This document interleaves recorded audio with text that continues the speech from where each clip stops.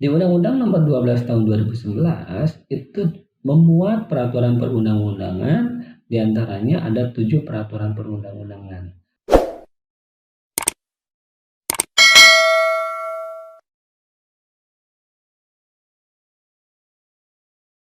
Bismillahirrahmanirrahim. Assalamualaikum warahmatullahi wabarakatuh. Bertemu lagi di pembelajaran PPKN. Pada kesempatan kali ini kita akan mempelajari masih di bagian yang kedua, tepatnya sekarang akan membahas tentang unit yang kelima. Adapun di unit yang kelima, kita akan membahas tentang produk dan hierarki peraturan perundang-undangan. Sebelum ke hierarki peraturan perundang-undangan, kita harus tahu dulu apa itu produk peraturan perundang-undangan.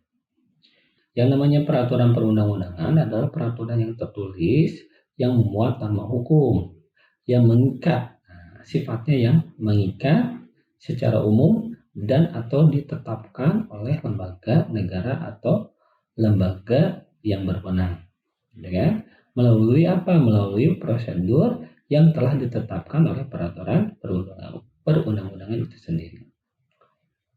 Adapun peraturan perundang-undangan yang mengatur tentang hierarki diantaranya yang pertama melalui TAP MPR nomor 20/MPRS tahun 1966. Selanjutnya ada TAP MPR nomor 3 MPRS tahun 2000 dan yang selanjutnya itu Undang-Undang nomor 10 tahun 2004 dan yang terakhir yang kita gunakan pada saat ini atau yang berlaku pada saat ini adalah Undang-Undang nomor 12 tahun 2011.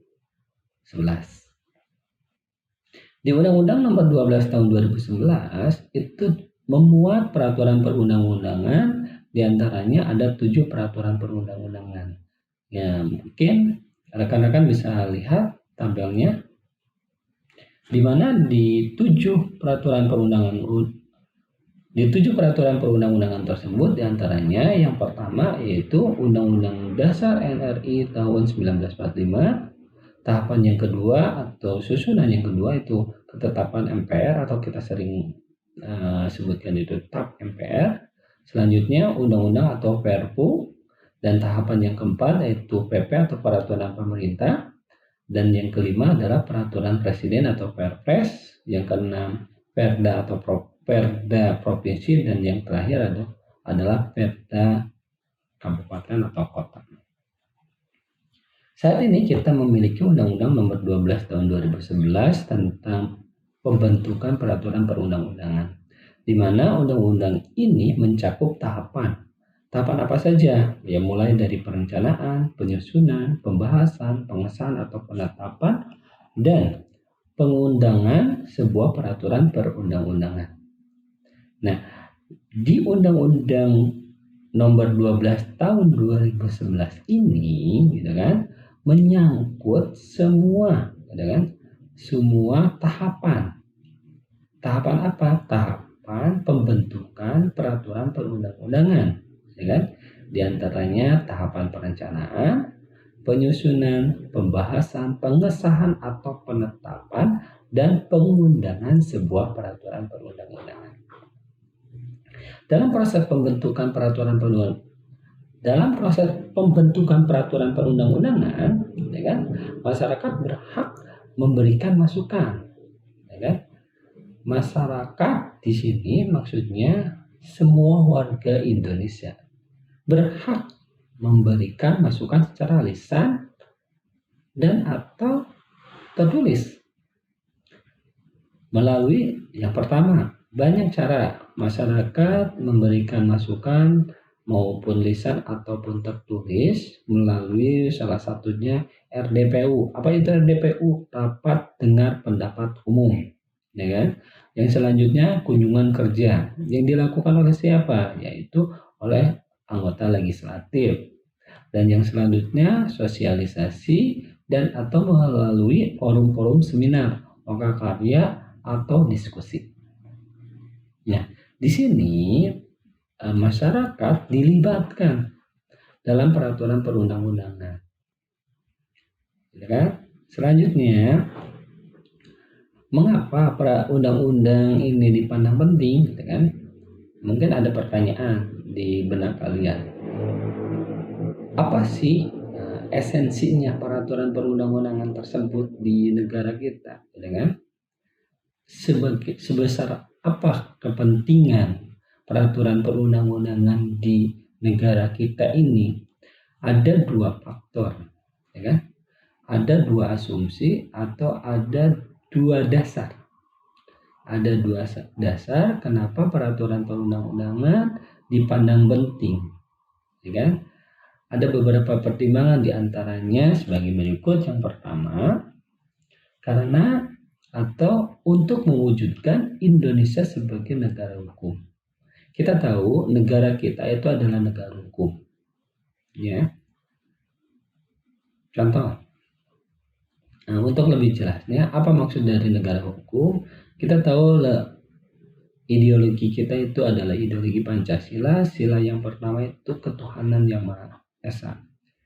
Maksud di sini di mana menegaskan bahwa negara kita itu adalah negara yang mengakui akan adanya agama, ya.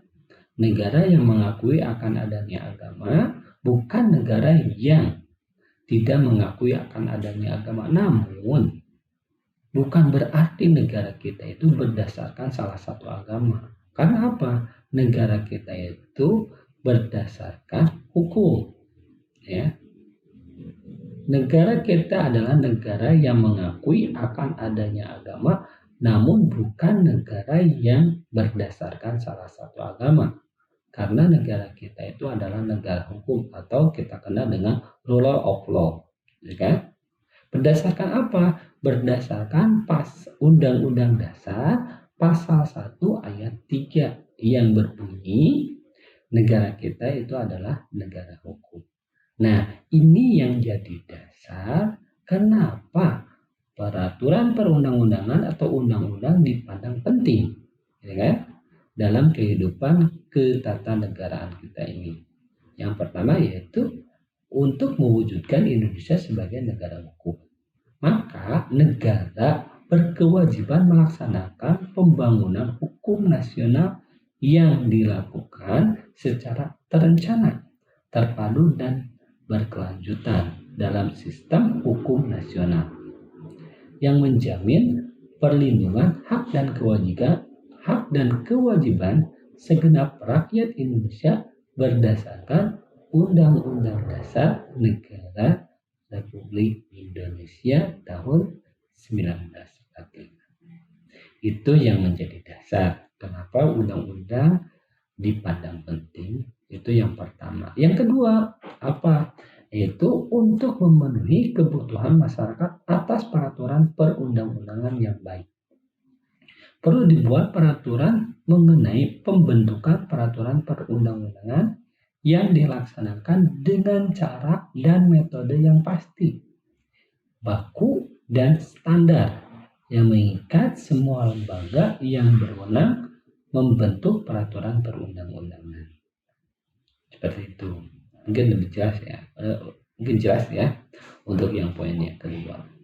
Oke, kita lanjut kepada isi dari Undang-Undang Nomor 12 Tahun 2011 ini, yang menegaskan, tepatnya itu pasal 7 ayat 1 menjelaskan tentang hierarkinya, mulai dari yang pertama sampai yang ketujuh, ya kan? Adapun pasal 8-nya itu adalah menjelaskan tentang lembaganya, lembaga yang berwenang dalam menetapkan atau mengesahkan peraturan perundang-undangan tersebut. Kita lihat di bagian yang terlihat di layar kita masing-masing. Nah, setidaknya ada 7 jenis peraturan perundang-undangan yang berlaku di Indonesia berdasarkan pasal 7 ayat 1 Undang-Undang Nomor 12 Tahun 2011.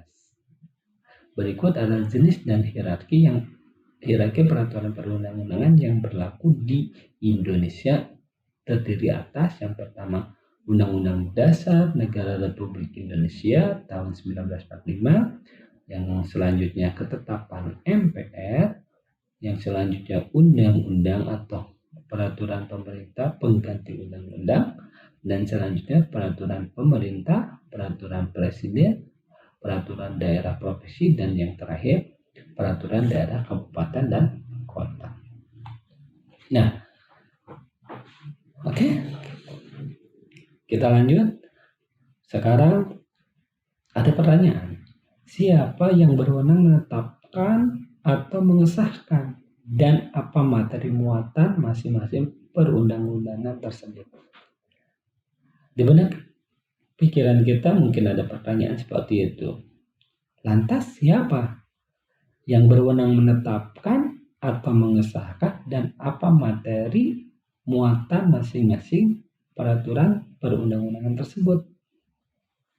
Karena kita lihat ada 7 minimal, ada 7 peraturan perundang-undangan di sini ya. Lantas apa perbedaannya? Lantas siapa yang menetapkannya? Gitu. Di sini udah terdapat bahkan yang bisa kita perhatikan. Yang pertama di sini ada jenis peraturan perundang-undangan, terus yang berwenang menetapkan atau mengesahkan, dan materi muatan yang diaturnya. Yang pertama Undang-Undang Dasar Negara Republik Indonesia tahun 1945. Siapa yang mengesahkan? Yang berwenang yaitu ditetapkan oleh MPR yang terdiri dari anggota DPR dan DPD. Terus yang isi dari atau materi muatannya apa yang diatur? Di sini meliputi jaminan HAM setiap warga negara, prinsip-prinsip dan dasar negara, tujuan negara, dan lain sebagainya. Itu. Dan selanjutnya yaitu nomor 2, ketetapan MPR ditetapkan oleh MPR. Terus isinya apa? Di sini hampir mirip dengan isi dari Undang-Undang Dasar itu sendiri, ya. Oke, kita lanjut kepada yang nomor 3 yaitu undang-undang atau kita kenal dengan UU atau peraturan pemerintah pengganti undang-undang, Perpu. Siapa yang berwenang menetapkan dan mengesahkan, gitu kan?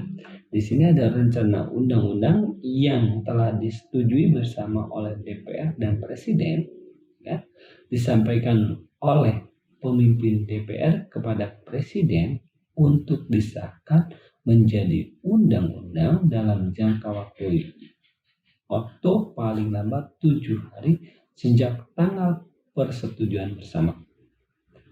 Perpu adalah peraturan perundang-undangan yang ditetapkan oleh Presiden dalam hal ihwal kepentingan yang memaksa. Nah, ini undang-undang dan UU. Yes. Ada perbedaan sedikit. Kalau undang-undang itu yang ditetapkan di rencana undang-undang yang telah disetujui bersama oleh DPR dan Presiden. Sedangkan Perpu, peraturan perundang-undangan, yang ditetapkan oleh Presiden dalam hal ihwal kepentingan yang memaksa. Ya kan? Jadi kalau Perpu disahkannya langsung oleh Presiden dengan ihwal atau keadaan yang memaksa. Tapi kalau UU itu ditetapkan bersama DPR dan Presiden. Ya. Oke, muatannya apa saja dalam undang-undang dan UU undang-undang dan Perpu tersebut?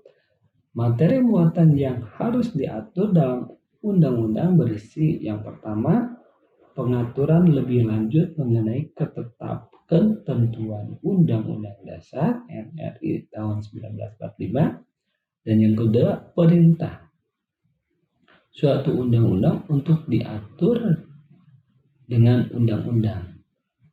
Nah, yang ketiga, pengesahan perjanjian internasional tertentu.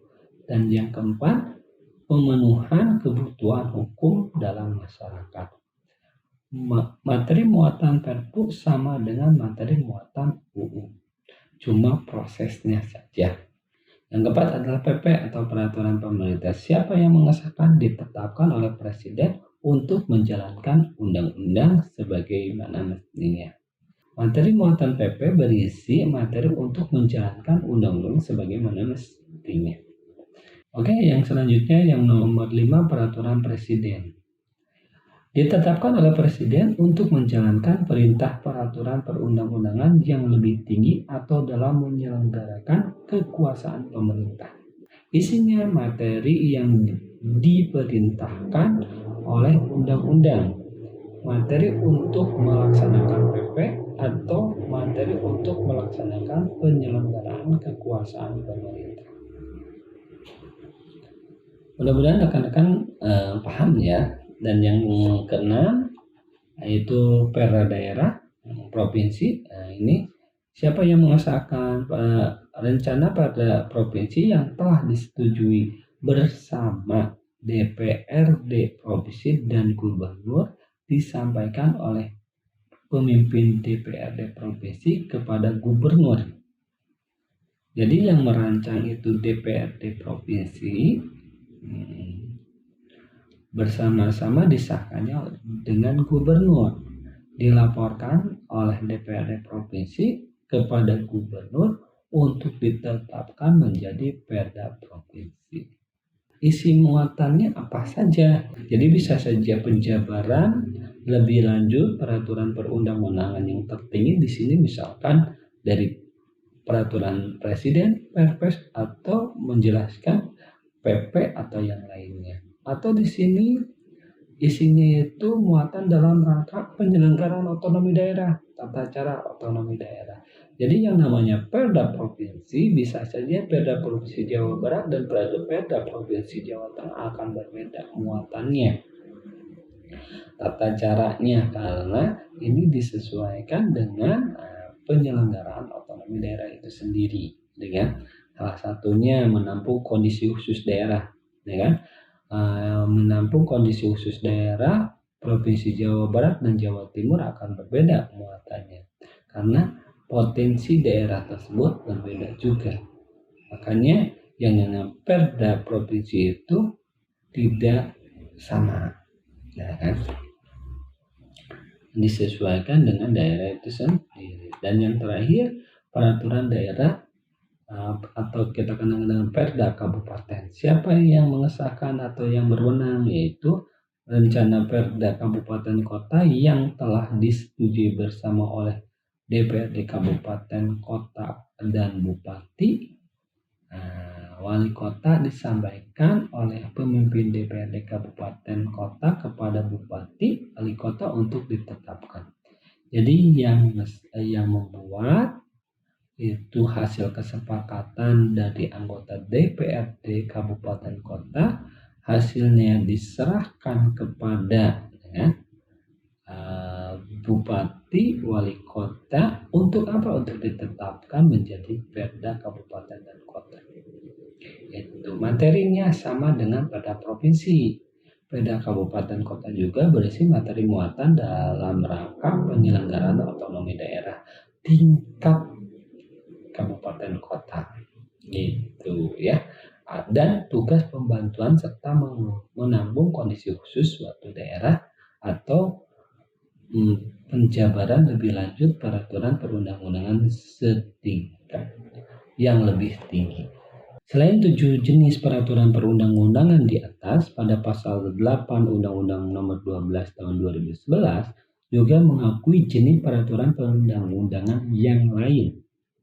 Jadi tidak hanya 7 peraturan perundang-undangan yang ada di Undang-Undang Nomor 12 Tahun 2011. Ini juga mengakui, ya kan, mengakui jenis peraturan perundang-undangan yang lain. Ini berdasarkan pasal 8-nya, yang mana di pasal 8 terlihat lebih banyak lagi lembaga-lembaga yang berwenang dalam membuat peraturan perundang-undangan. Dengan ketentuan ini, maka kita menemukan produk peraturan perundang-undangan di luar 7 peraturan perundang-undangan di atas. Salah satunya Permen, ya kan? Peraturan Menteri, Permendagri, Kemenkumham dan lain sebagainya, Perdes dan lain. Semua produk perundang-undangan tersebut dinyatakan sah dan berlaku sebagai pedoman pelaksanaan tata negara kita. Gitu. Jadi bukan hanya peraturan perundang-undangan yang ada di pasal 7 ayat 1 yang berjumlah 7 tersebut. Masih banyak peraturan perundang-undangan selain dari 7 tersebut itu ditegaskan oleh pasal 8 Undang-Undang Nomor 12 Tahun 2011 tersebut. Demikian akhir pertemuan kali ini. Mudah-mudahan apa yang saya sampaikan bisa dipahami. Wassalamualaikum warahmatullahi wabarakatuh.